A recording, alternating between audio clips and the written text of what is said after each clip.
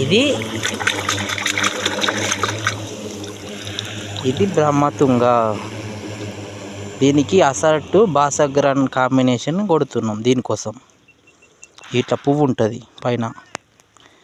ఇది తెల్ల బొద్దు అంటారు, బ్రహ్మతుంగ అంటారు. ఇది ఇది కదుర్క, ఉల్లాకు లెక్క ఉంటుంది.